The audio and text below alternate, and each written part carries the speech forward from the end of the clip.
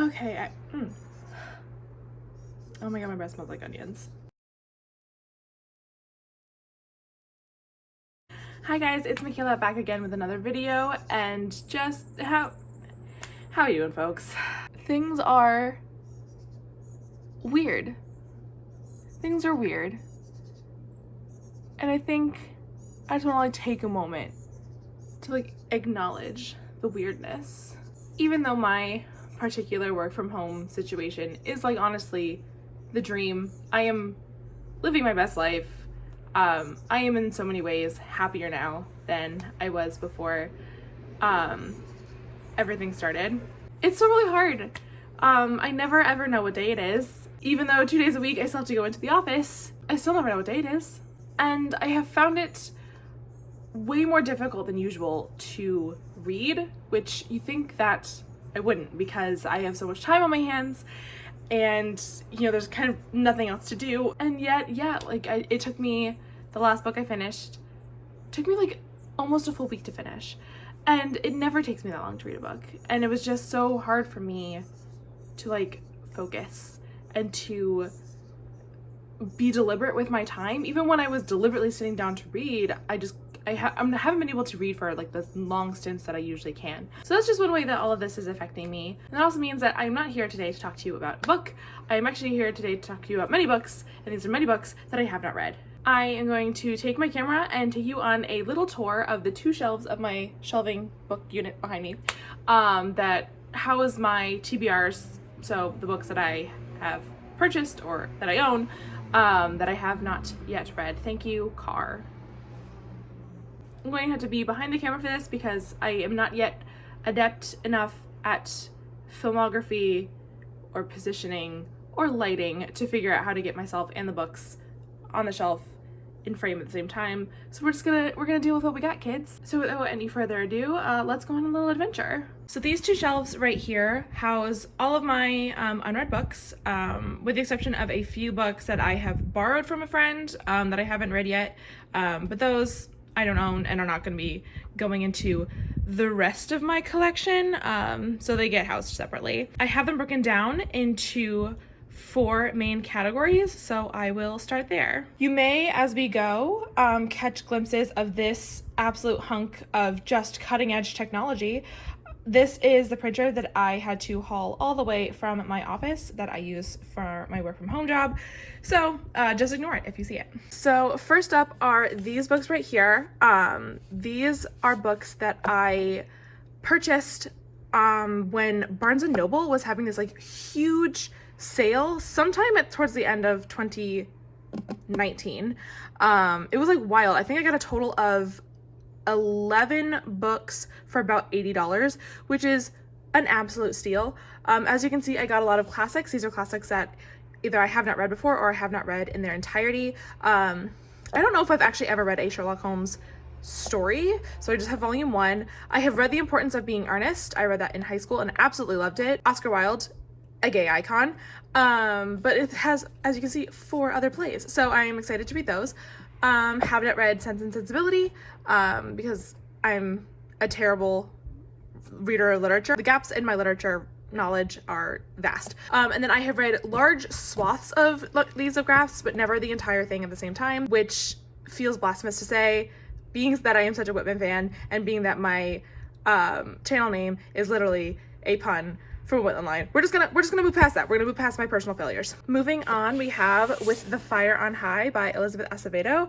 I do not know anything about this book really at all, but I have read The Poet X, also by Elizabeth Acevedo, and I absolutely loved it. So when I saw that this was included in that sale that Barnes & Noble was having, I was like, yes, please, gimme, gimme, gimme. So it's still here, I just haven't read it yet. Next we have Dry by Neil and Jared Shusterman. Someone's probably going to absolutely come for my life, but I have never read a Neil Shusterman book. I did get to have a very brief interaction with him, and I didn't even really have it. A friend of mine with whom I went to YALLFest got a book signed by him. We sort of hopped in the line right as it was ending, and he had been there for hours, and he was so kind to my friend and signed their book and was just super generous with his time. And so I picked this up. I am very excited about it. I read the sort of description. It seems to be about what do you call it? Like a drought in California and sort of fighting for water and like making sure that your family has water. So I am very excited about that. I am a murder readout, folks, but I still have not read Stay Sexy and Don't Get Murdered. Very excited to have this. I love the My Favorite Murder podcast. I love Karen and Georgia. I have heard very great things about this, not only from people who are fans of the podcast, but also just like sort of regular people who read it. So yeah, I'm excited about this, and it's got a Q&A at the end that I'm very excited to read. Okay, you need to get sir.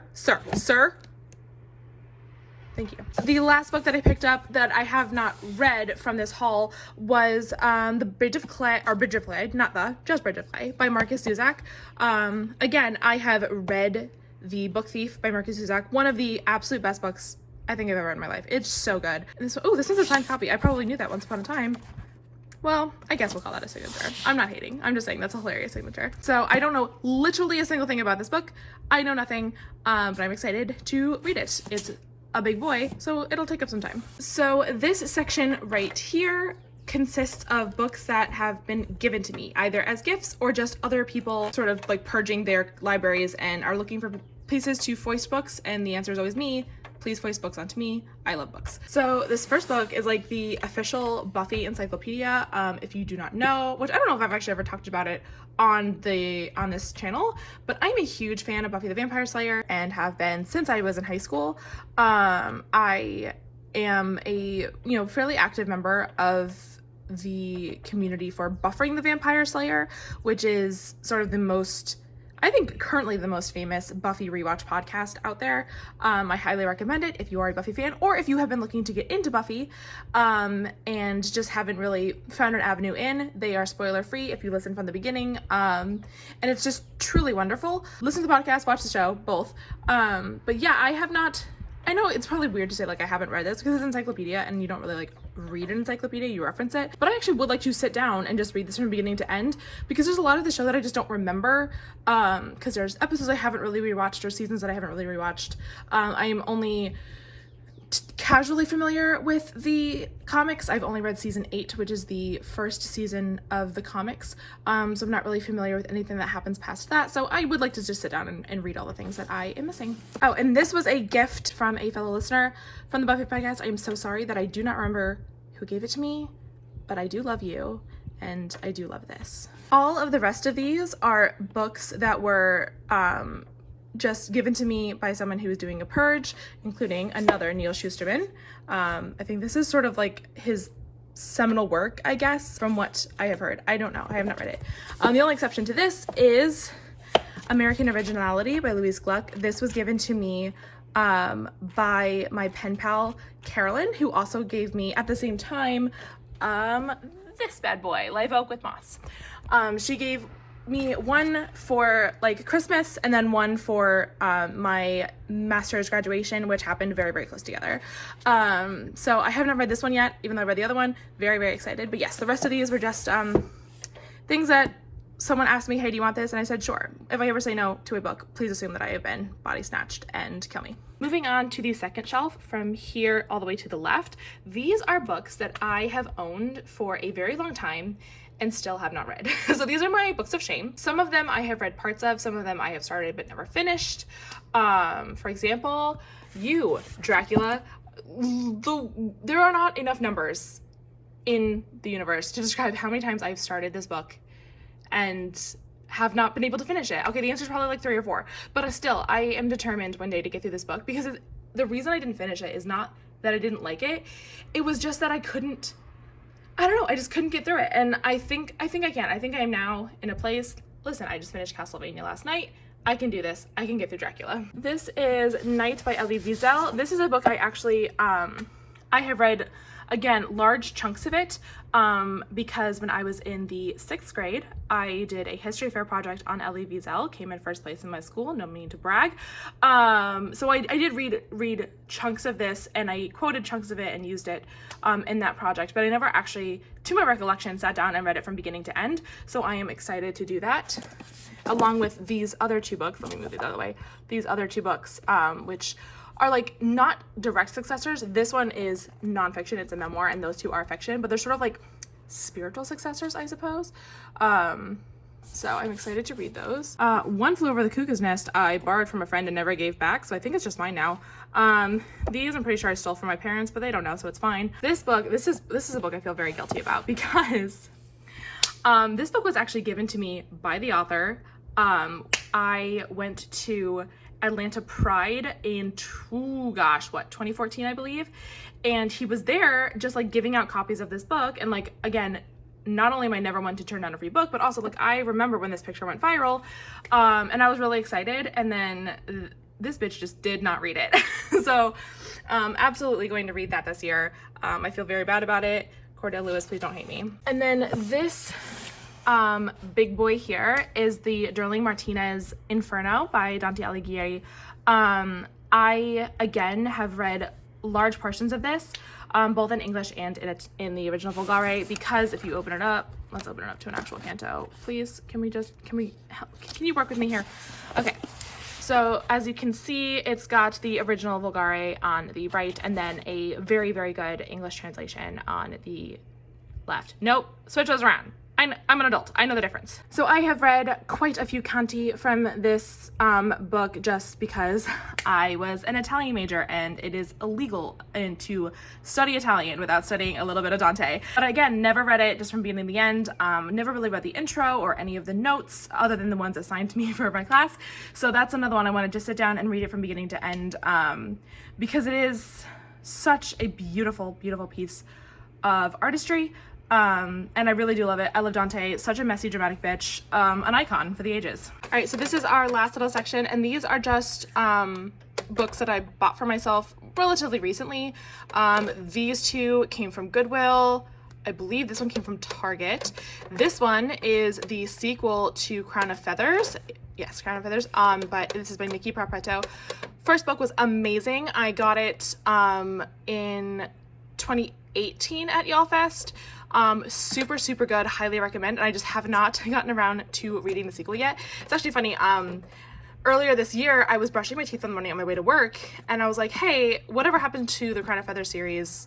What's going on with that? And so, as I was brushing my teeth, I just logged onto Amazon to check, like, if the sequel was coming or what was happening, and it just happened to be coming out the very next day, so I pre-ordered it on the spot, and then it arrived, and then I have not read it yet, because I'm a bad person. This book here, The Iron Will of Jeannie Lo by FCE, is the last arc from YALLFest 2019 that I have not read yet, and the only reason I have not read it is because it is a sequel, and I have not read the first one yet. So I'm holding on to it. It does look very, very good, and I do plan on buying the first one. I just haven't gotten around to it yet. And then there's this last book here. This book is all by itself, simply because I have absolutely no idea where it came from.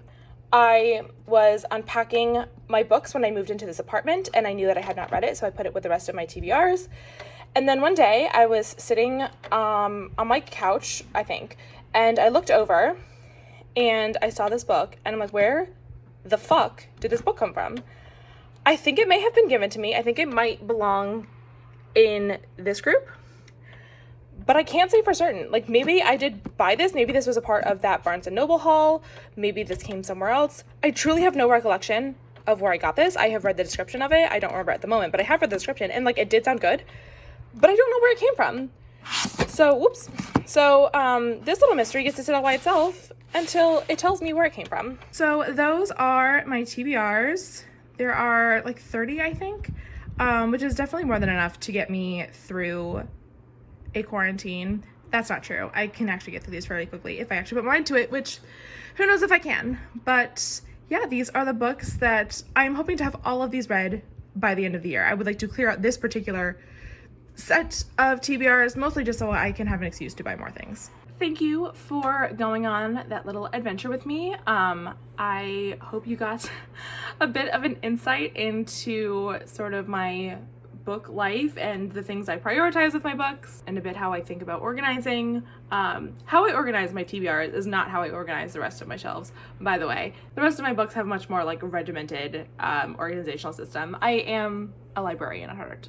I am recording this on a Wednesday, and I think that on Friday, so just 2 days from now, I'm going to do a bit of a book purchase. I have been itching to buy books lately, which is a product of being bored and having that little influx of cash from the government, and just wanting something new. So it's probably an inadvisable purchase, but I think I'm gonna do it anyway, because I could die in this pandemic, so who knows. So I think that when I do that, I'll do a little baby haul video so you can see what things I'm purchasing in the middle of a global crisis. If you have a suggestion for which of the books that I talked about today that I should read first, please let me know in the comments below. I'm always looking for direction or for someone to just tell me what to do, ever, at all, in my life. Thank you so much for watching. I hope you and yours are still keeping happy and healthy during these uncertain times, and I will see you guys in the next one. Okay, bye!